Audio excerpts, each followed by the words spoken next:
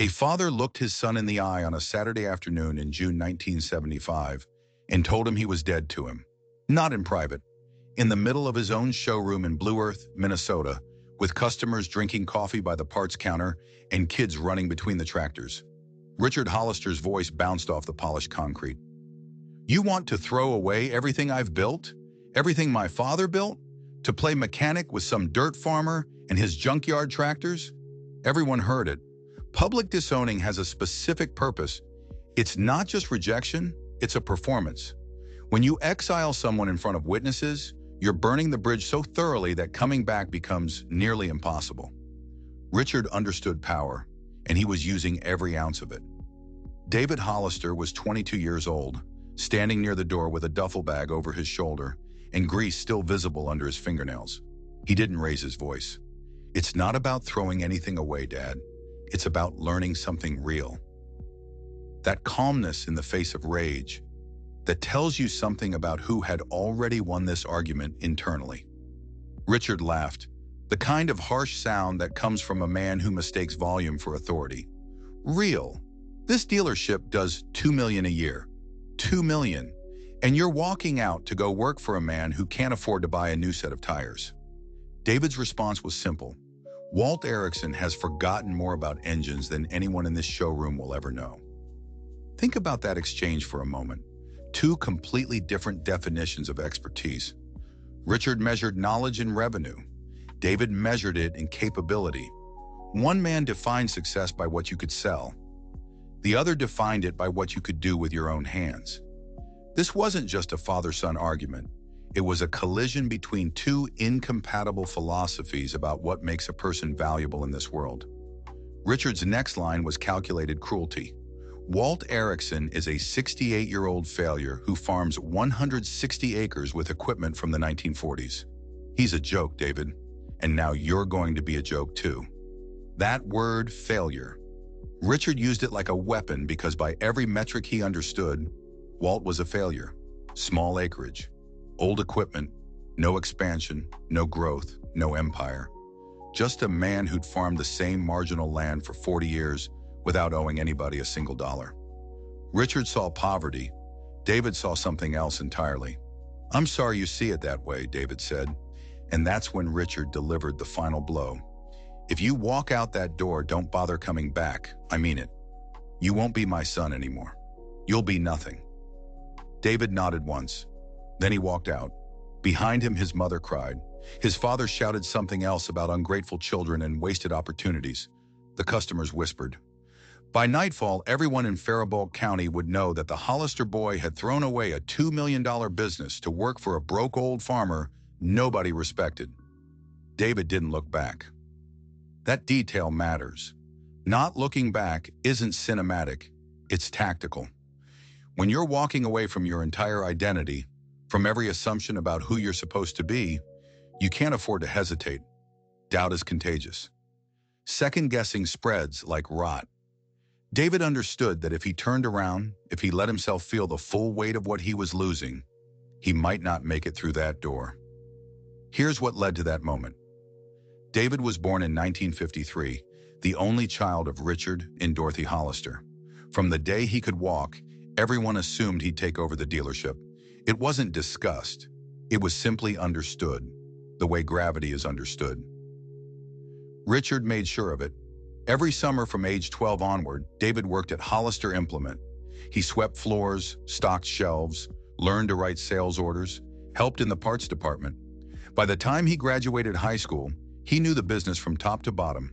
He was competent, reliable, good at everything he tried. But here's the thing nobody wanted to acknowledge. He didn't love it. Richard sent him to college for 2 years. Business courses, accounting, marketing. David came back and worked full-time at the dealership, wearing a tie, learning to shake hands with bankers and smooth-talk customers.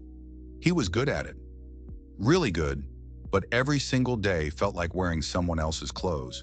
The dealership sold new equipment, brand new John Deeres, straight from the factory with warranties and financing plans and shiny green paint. Farmers would come in, sign the papers, drive away on tractors that cost more than most houses. When those tractors broke down, which they rarely did at first, The dealership service department would fix them quickly, efficiently, expensively. David understood the business model perfectly. He just didn't believe in it. He'd noticed something his father either couldn't see or chose not to see. The farmers who bought new equipment every few years, who always had the latest model, who financed everything through the dealership, those farmers were always stressed, always worried about payments, interest rates, whether next year's crop would cover this year's debt. But the farmers who kept their old equipment running, the ones who drove 30-year-old tractors and fixed them themselves, those farmers slept well at night. They didn't owe anyone anything. They weren't trapped. This is where most people get leverage wrong. They think leverage means borrowing money to make money, but leverage cuts both ways. Yes, you can use debt to expand. You can also use debt to build a cage around yourself where every decision is dictated by payment schedules and interest rates. David saw farmers who technically owned more, but actually controlled less. Their banks owned them. Their equipment dealers owned them. The whole system was designed to keep them on a treadmill, always needing the next upgrade, always one bad season away from collapse. David started asking questions. He talked to the old-timers who came into the dealership, not to buy, just to look around, maybe pick up a part. He'd ask them how they kept ancient machines running, what they'd learned over the decades, what they knew that the younger generation had forgotten. That's how he met Walt Erickson. And without Walt, none of this happens. Walter Erickson was 68 years old in 1975. He farmed 160 acres of marginal land about 12 miles outside Blue Earth, land his father had homesteaded in 1903. He'd never married, never had children, never done much of anything except work his fields and keep his equipment running. His equipment was legendary in the county, but not in a good way. He drove a 1947 Farmall M that he'd bought new 28 years earlier. He had a 1952 Farmall Super C for lighter work. His combine was a 1958 Massey Harris that made sounds no machine should make, but somehow kept harvesting. Most people thought Walt was crazy or stubborn, or just too poor to buy anything newer. They'd see him driving that old Farmall down the county road, smoke puffing from the stack, and they'd shake their heads. Richard Hollister called him the last dinosaur. But David saw something different. One afternoon in the spring of 1975, David was making a parts delivery to a farm near Walt's property when his truck broke down. He walked to the nearest place, which happened to be Walt's farm, to use the phone. He never made that phone call. What he found instead was a workshop unlike anything he'd ever seen. Walt had built it himself over 40 years. A long, low building with a dirt floor and wooden walls, and every tool imaginable, most of them older than David. Inside were 3 tractors in various states of disassembly, plus an engine on a stand, plus what looked like an entire transmission spread across a workbench. Walt was sitting on an overturned bucket, machining a part on an ancient lathe. "Mr. Erickson," David said from the doorway, "I'm David Hollister. My truck broke down on the road." "I know who you are," Walt said without looking up. "Richard's boy, the one who's going to take over the dealership." "Yes, sir. I was wondering if I could use your phone." "Phone's in the house. Help yourself." Walt kept working. The part he was making was small, precise, clearly requiring concentration. David should have gone to the house, called the dealership, had someone come pick him up. That's what he should have done. Instead, he asked, "What are you making?" Walt finally looked up. His eyes were sharp, assessing. "Governor shaft for a Farmall H. Haven't been able to get one from the factory in 15 years, so I make them myself." "You make your own parts?" "Make them, modify them, adapt them from other machines. Whatever it takes." Walt went back to his work. "Your father would say I'm wasting my time. Says I should just buy a new tractor and stop living in the past." "What do you say?" Walt smiled, a thin, weathered smile. "I say a man who depends on someone else to fix his equipment is a man who doesn't really own anything. He just borrows it until it breaks." David stood in that doorway for a long moment, watching Walt work. The lathe hummed. Metal shavings curled away from the part. Outside, a meadowlark was singing, and something shifted in David's chest. Something he'd been feeling for years without being able to name it. "Could you teach me?" he asked. Walt stopped the lathe. He looked at David again, longer this time. Teach you what? Everything. How to make parts, how to keep old machines running, how to... David struggled to find the words. How to really understand how things work. Here's what Walt understood that most people don't. There's a difference between operating something and understanding it. You can drive a car without knowing how an engine works. You can use a computer without understanding code. Modern life is built on layers of abstraction that let us use complex systems without comprehending them. That's efficient, but it's also a form of dependency. When something breaks and you can't fix it yourself, you're at the mercy of whoever can. Walt had spent 50 years making sure he was never at anyone's mercy. Why? Walt asked. Why do you want to learn this? David thought about it. Because everything I know is about selling, about convincing people they need something new. But nobody at the dealership, including my father, actually knows how to fix anything. We just replace parts. We don't understand how the machines work. We're just middlemen. Walt studied him for another long moment. Then he said, come back tomorrow at 6 in the morning. Wear old clothes. That was it. No grand speeches, no promises, just an invitation. David showed up the next morning at 6, and the morning after that, and the morning after that. For 3 months, he worked at the dealership during the day and learned from Walt in the early mornings and evenings. Walt taught him how to read a machine, how to listen to an engine and know what was wrong, how to machine parts on the lathe, how to weld, how to adapt components from one tractor to work on another. He taught him how to read old manuals, how to source parts from salvage yards, how to keep equipment running decades past its supposed lifespan. But Walt taught him something more important than technical skills. He taught him a philosophy. This dealership your father runs, Walt said one evening as they rebuilt a carburetor. It's built on a simple idea. Sell people something new, then sell them something newer when that breaks down or goes out of style. Keep them buying, keep them financing, keep them dependent. That model works great for the dealer, works terrible for the farmer. So what's the alternative? Knowledge, Walt said simply. You teach a farmer how to maintain his own equipment, how to fix it himself, how to keep it running. You give him independence. He doesn't need you anymore. That's bad for business, but good for people. David understood immediately why his father would never accept this logic. Richard had built his entire identity on being needed, on being the man farmers had to come to, on controlling the supply chain of equipment and parts and service. The idea of making customers independent, of teaching them not to need you, that was economic suicide from Richard's perspective. But from David's perspective, it was the only thing that made moral sense. By August of 1975, David knew what he had to do. He couldn't keep pretending, couldn't keep wearing the tie and shaking hands and selling dependency while learning a completely different philosophy in his spare time. He had to choose. So he asked Walt, would you let me work for you full-time? Walt set down the wrench he was holding. Work for me. Teach me everything you know. Let me help you on the farm. I'll work for room and board if that's all you can afford.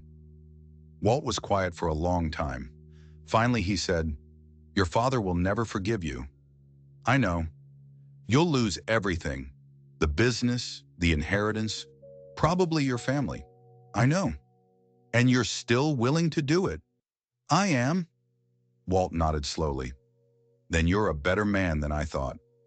Come Monday. That's Saturday in June, David told his father. And Richard did exactly what David knew he would do. He rejected him completely, publicly, permanently. Or so he thought. 10 years passed. David lived on Walt's farm, became an expert at keeping old machinery running, at fabricating parts, at diagnosing problems by sound and feel. He went from being heir to a $2 million business to making maybe $8,000 a year. But he was learning things money couldn't buy. During those same 10 years, Hollister Implement kept running. Richard expanded, opened a satellite location, took on more debt, pushed harder for sales. He and Dorothy didn't speak to David. Not once. Dorothy wanted to. David found out later she tried many times, but Richard wouldn't allow it. The official family position was that David no longer existed. Walt died in the summer of 1983. He was 76 years old, heart attack while working on his combine. David found him in the workshop, the same place where they'd met 8 years earlier. Walt left everything to David: the farm, the equipment, the tools, the knowledge. In the will, Walt had written one line: "He understands what matters." David kept farming that 160 acres. He also started taking on side work, fixing equipment for other farmers who couldn't afford dealership prices or who had old machinery nobody else wanted to work on. Word spread. The kid who'd given up the Hollister fortune was apparently the best mechanic in the county. Then, in 1985, the farm crisis hit hard. You need to understand what this meant. Years of falling crop prices, high interest rates, and crushing debt all came due at the same time. Farmers who'd expanded in the boom years of the 1970s suddenly couldn't make their loan payments. Banks started foreclosing. Equipment dealers, including the ones who'd encouraged all that expansion and debt, went under. It was catastrophic. Hollister Implement got hit worse than most. Richard had overextended. The satellite location was bleeding money. The debt load was enormous. And suddenly, farmers stopped buying new equipment because they couldn't afford it or couldn't get financing. In the fall of 1985, Richard Hollister realized he was going to lose everything. The business, the building, probably his house. Everything 3 generations had built was about to vanish. He swallowed his pride and drove out to Walt's old farm. That's where David was living, working the same land, using the same old equipment. Richard knocked on the door. David answered. They looked at each other for the first time in 10 years. Richard looked older, grayer, tired in a way that had nothing to do with physical exhaustion. "I need your help," Richard said. "That's all." No apology, no admission of fault, just a simple statement of need. David could have said no. He could have reminded his father of every word from that Saturday afternoon in 1975. Could have pointed out that Richard had called him nothing, had disowned him, had forbidden his own wife from speaking to their son. He could have enjoyed the sweet validation of being right. Instead, David said, "Come in. Tell me what's happening." Richard explained the situation. The debt, the falling sales, the looming foreclosure. He explained that he'd tried everything he could think of and nothing was working. The model that had worked for 40 years had stopped working, and he didn't know how to adapt. "What do I do?" Richard asked. And that question, that's the moment everything changed. Because it wasn't rhetorical, it wasn't sarcastic, it was genuine. Richard Hollister was asking his son for help, and he meant it. David thought for a long time before answering. Then he said, "You need to change everything about how you do business." "What does that mean?" "Stop selling new equipment. Stop pushing debt. Stop making farmers dependent on you. Do the opposite." The opposite? Become what Walt was. Source used equipment, refurbish it, sell it at prices farmers can actually afford. Teach them how to maintain it themselves. Use the service bay for teaching maintenance classes. Use your parts inventory to keep old machines running instead of pushing new ones. Richard sat in silence for a long moment. Everything David was describing went against 40 years of his life, against his father's legacy, against everything he believed about business. But he was out of options, and his son was offering him the only life raft in sight. "Would you help me?" Richard asked. "Would you come back? Show me how to do this?" David looked at his father. 10 years of silence, 10 years of rejection. And now in his father's darkest moment, a chance to be a son again. But David understood leverage. He understood power dynamics. And he understood that if he came back on Richard's terms, nothing would really change. "I'll help you," David said, "but I'm not coming back to work for you. We'd be partners, equal partners, and we do things my way." Richard Hollister was not a man who shared control easily. He'd run his business alone for decades, made every decision himself, answered to no one. But that business was dying, and his son was offering to save it. "Partners," Richard said, "equal partners." They shook hands. It was the first time they'd touched in 10 years. The next 3 years were about transformation. Richard and David restructured everything. They canceled the John Deere franchise, converted the showroom into a used equipment depot, turned the service department into a teaching center. They kept the Hollister name but added, keeping farmers running since 1923. The first year was brutal. Old customers went elsewhere. The bank watched nervously. Richard sold his Cadillac and drove a 10-year-old pickup, admitting that his entire image was wrong. But slowly, things began to turn.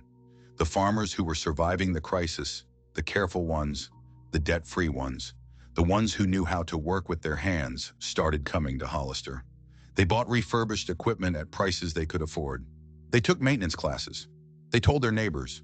By the end of 1986, Hollister Implement was breaking even. By 1987, profitable. By 1988, the most successful equipment business in Farmall County. And something else changed during those years. Richard and David started talking about the 10 years they'd lost, about what Richard had said and why, about what David had learned from Walt and why it mattered. Richard admitted he'd been wrong, not just about disowning David, about everything. "I spent my whole life selling new equipment," Richard said one evening, "making farmers think they needed the newest, the biggest, and all along the answer was the opposite." He looked at his son. "You were right to walk away. I was wrong to let you go." David was quiet for a moment. "You didn't let me go, Dad. You told me to go. There's a difference." "I know, and I've regretted it every day for 10 years. David reached over and put his hand on his father's shoulder. "But I'm here now. We're here now. That's what matters." Richard Hollister died in 1994 at the age of 73. By then, he'd spent 9 years working alongside his son, learning things he'd never thought to learn, building something more valuable than anything he'd built before. The business they created together is still running today. David's son, Richard's grandson, named Walter after the man who taught David everything, runs it now. They still sell refurbished equipment.